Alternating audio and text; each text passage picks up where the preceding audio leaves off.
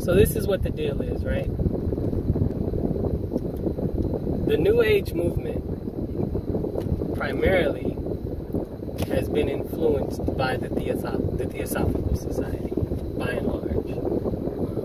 And the Theosophical Society began by mystics in India. Now, the mystics in India, their tradition is mixed in with African knowledge and Western influences. When I say Western influence, I'm talking about Western cultural influences, patriarchy, oppression of classes, and things of this nature. You'll find that mixed in with their philosophy, along with practical practices that one can engage in to elevate and lift one's consciousness. Okay? So that's what you have with this New Age movement. Now, what's going on in the West is people take the New Age as if though it's new. The New Age movement, the information in the New Age movement is not new. It may be new to the Western mind, but to people that are indigenous, it's their culture.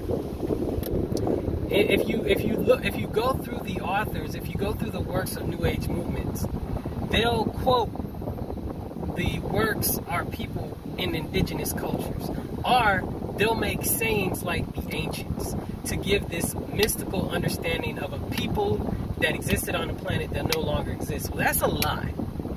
Okay, the ancients are Africans, right?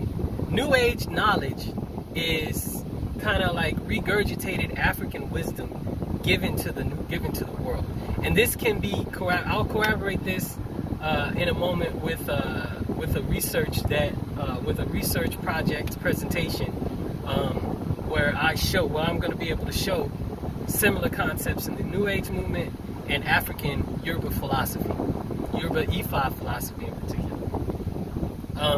And so what you have now, though, is with the presentation of New Age information to individuals that haven't heard it before, coming out of a Western context, you have people that set themselves up as gurus, people that set themselves up as special people who are to be followed. Now, there are some people that have put in the work to have the title of teacher, of master.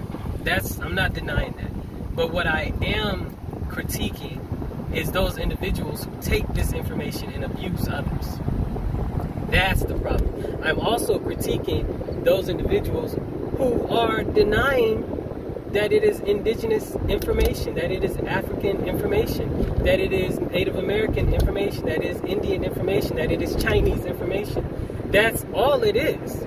But given to the Western mind, it seems new, it seems novel, it seems different, it's the other, and so, but these are not new concepts. These are concepts that were included inside the culture of indigenous people. So the average person in an indigenous culture will understand that there's reincarnation and that there's karma. That's not a big deal. That's not something that makes you deep.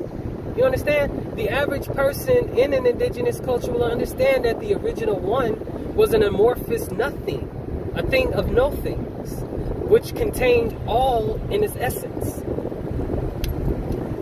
But you have these people that present themselves as coming across with this knowledge like it's their own, and that's whack. You understand? Because this is knowledge that has been known since time immemorial. Now, I do understand that people break free of the Christian kind of mentality, and the Christian mentality is a limiting mentality, even in their own philosophy, because it takes away from people having an understanding that there is not just one truth per se that can be found in this book. This book is a book of myths, and it is flawed and it is off. But they present it to the people as if though it is the gospel truth, as they say. It's not the gospel truth. It's a story of mythologies mixed in to influence and control people. That's all it is.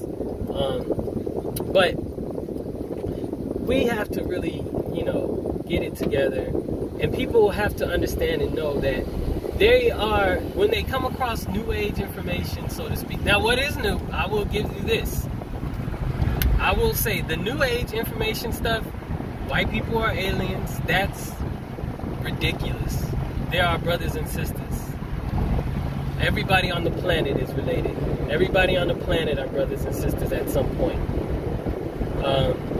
That people are trying to, now if they're devouring children and all that, that is to be seen. But the fact that they're trying to kill the planet because they can't live here on the planet naturally, so they're trying to kill it, and they came from Mars. That's New Age information, that's theirs. Okay? I'm talking about the information that leads to the cultivation of consciousness, and that leads to the rising and the development of the Kundalini Ashe spiritual energy within your spirit, your soul essence. That's what I'm speaking on. That is indigenous cultural knowledge. If you want to go on these fantastical, mythical journeys again, well, now you have aliens and you're not really doing your research, and so you think that, you know, people from the stars came down to write the Bible, then I'm not going to appeal to you. Real talk. I'm not going to be somebody that you're going to want to listen to, because I'm going to tell you practical things that you can engage in at this moment in time that will uplift, elevate your consciousness, give you mystical awareness, as well as give you synchronicity with the universe. That's all that I can offer anybody that comes in touch and contact with me, because that's what I've learned to be real, so to speak. Now, if I'm mad practical. I'm mad practical. Aliens don't really mean much to me, don't really touch me in the heart, because I'm not feeling them on a day-to-day. You understand what I'm saying? If I were to see a spaceship land in front of me, I'd be like, bet, that's what it is. You understand? And then I would know.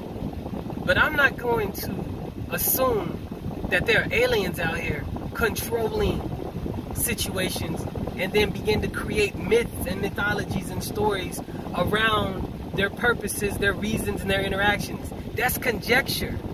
But that's what people love to hear. The realness, the truth, the practicality of information isn't really all that fascinating. It's real deal, real talk, real discipline, real action. You understand what I'm saying?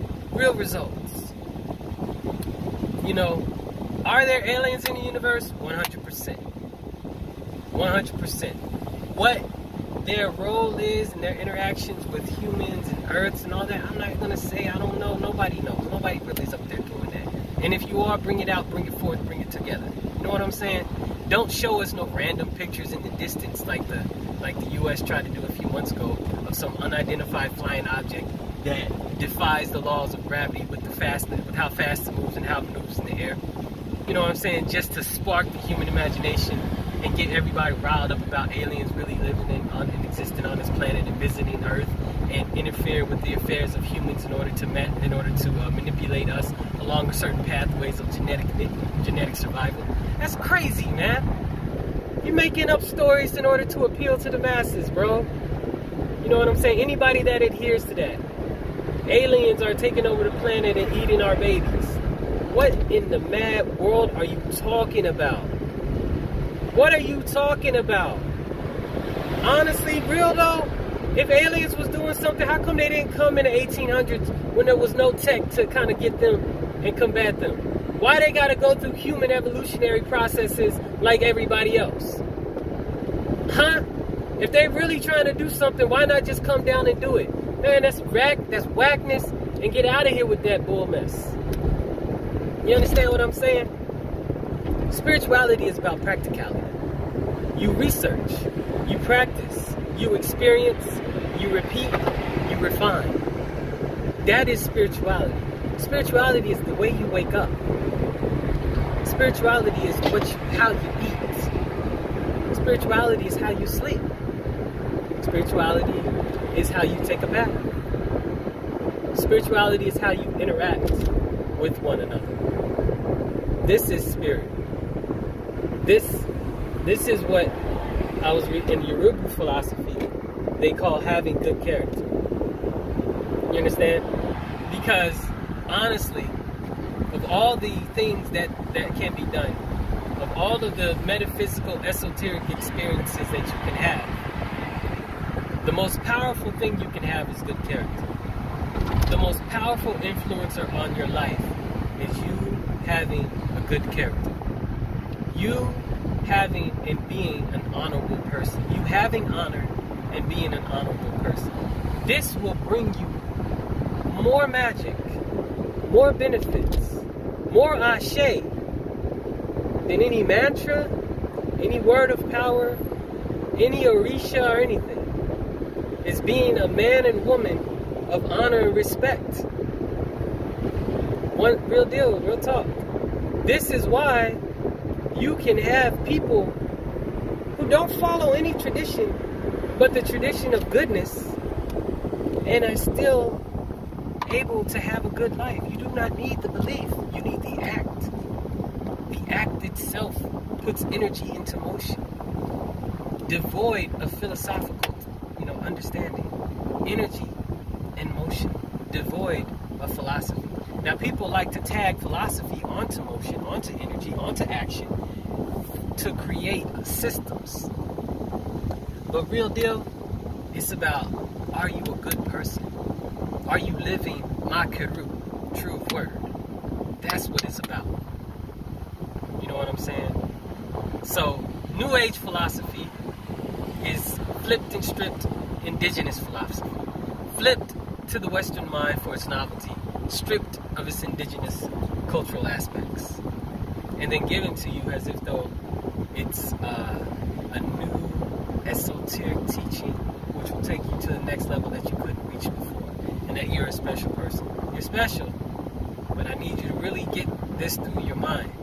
New Age philosophy is restripped and flipped African indigenous and indigenous cultural philosophy. The Western mind, coming out of the Christian context, saw it as a novelty.